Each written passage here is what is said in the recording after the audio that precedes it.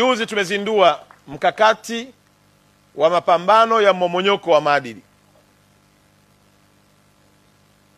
Maana yake lazima sasa kwenye wizara yetu, kuanzia watu wa mitandao ya kijamii, wanahabari, wasanii, wachoraji, wacheza mpira, watu wa utamaduni, tuwe sisi wenyewe ndio tunabeba taswira ya mapambano haya ya mmomonyoko wa maadili.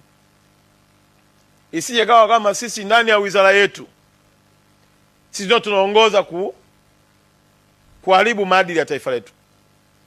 Sisi ndio kioo cha taifa letu, kuhakikisha kwamba watoto wetu na watoto wa watoto wetu wenye maadili mema na lenye ustawi, usawa na amani ikiwepo. Kwa hiyo niwaombe sana wana mitandao, kwenye mapambano haya msirudi nyuma.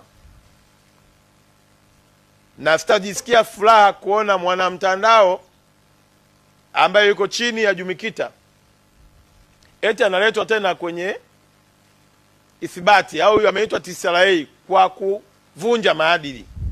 Wewe ndio balozi, usikubali uitwe na vyombo hivi kwa ajili ya kwenda kulaumiwa ya kwamba chombo chako kimetumika kuposti maudhui ambayo sio mazuri.